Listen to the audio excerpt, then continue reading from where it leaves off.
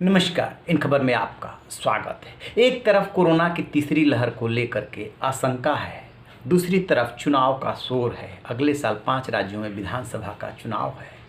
तीसरी तरफ यदि सबसे बड़ी चुनौती है और हाहाकार है जिस मुद्दे को लेकर के, वो है रोजगार।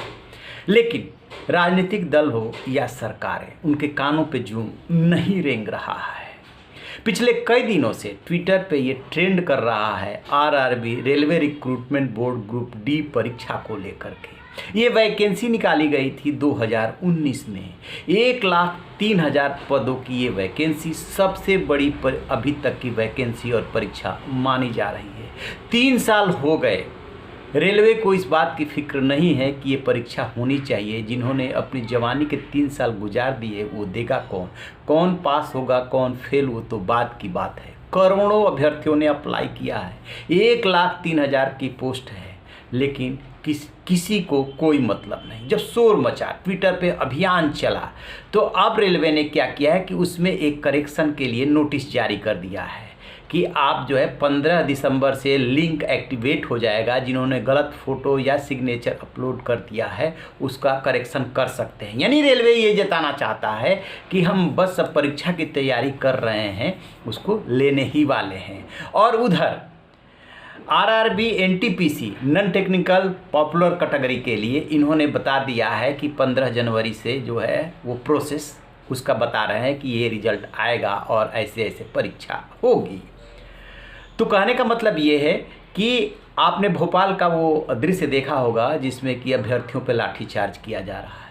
टीचरों पे लखनऊ में भी देखा होगा लाठीचार्ज हुआ, पटना में भी देखा। जहाँ तहाँ से जब भी अभ्यर्थी अपनी आवाज़ उठाते हैं तो कानून व्यवस्था के नाम पे या राजभवन मुख्यमंत्री की तरफ बढ़ने के नाम पे लाठीचार्ज कर दिया जाता है। अंदाज़ा लगाइए बेरोजगारी की मार झेल रहे इन युवाओं पे क्या गुजरती होगी।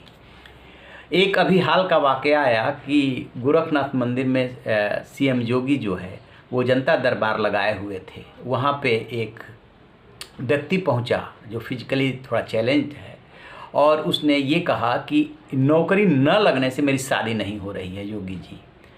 योगी जी उस व्यक्ति को पहले से जानते हैं, चूँकि गोरखपुर से ताल्लुक़ रखते हैं, वहीं पे उनका वो जनता दरबार लगा हुआ था।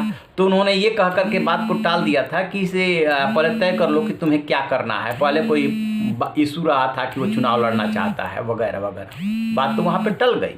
लेकिन सवाल बहुत बड़ा है कि ऐसे लड़के लड़कियों का क्या होगा जिनकी नौकरी की वजह से मैरिज रुकी हुई है, शादी रुकी हुई है। बहाने 10 है कि कोरोना का पीरियड है। कोरोना का पीरियड है तो सरकारें जो है अपना काम तो कर रही हैं। चुनाव तो नहीं रुक रहा है, यदि रुक रहा है तो रोजगार देना रुक रहा है। फिक्र नहीं है कि आखिरकार जिन्हें रोजगार नहीं मिलेगा वो क्या खाएंगे। बार बार प्रधानमंत्री दुहाई देते हैं देश के युवा होने की, 65% आबादी का, लेकिन वो युवा कर क्या रहे हैं इसके बारे में कभी कोई डेटा जारी नहीं किया जाता है। बेरोजगारी दर कितनी फीसद बढ़ गई, इस पे कोई बात नहीं होती है। डेटा में हेर फेर की जरूर खबरें आती रहती, इतनी बढ़ गई, इतनी घट गई, लेकिन जमीन पे क्या है, हकीकत में क्या है? आखिरकार परीक्षाएं क्यों नहीं हो रही है? कौन सा काम रुका हुआ है जो परीक्षाएं रोक दी गई है? ये सवाल बहुत बड़ा है, और जब तक युवा खड़े नहीं होंगे इस सवाल का जवाब नहीं मिलेगा। जैसे ही शोर मचता है वैसे ही जो है ट्वीट से, नोटिस से हलचल बढ़ जाती है। फिर जो है जैसे शोर थोड़ा शांत होता है फिर सब कुछ शांत हो जाता है। तो क्या माना जाए, जानबूझ करके ऐसा किया जा रहा है? इस पर हमारी नज़र रहेगी। जैसे कोई अपडेट मिलेगा आपसे ज़रूर साझा करेंगे। रहिए ना बेखबर, देखते रहिए इन खबर।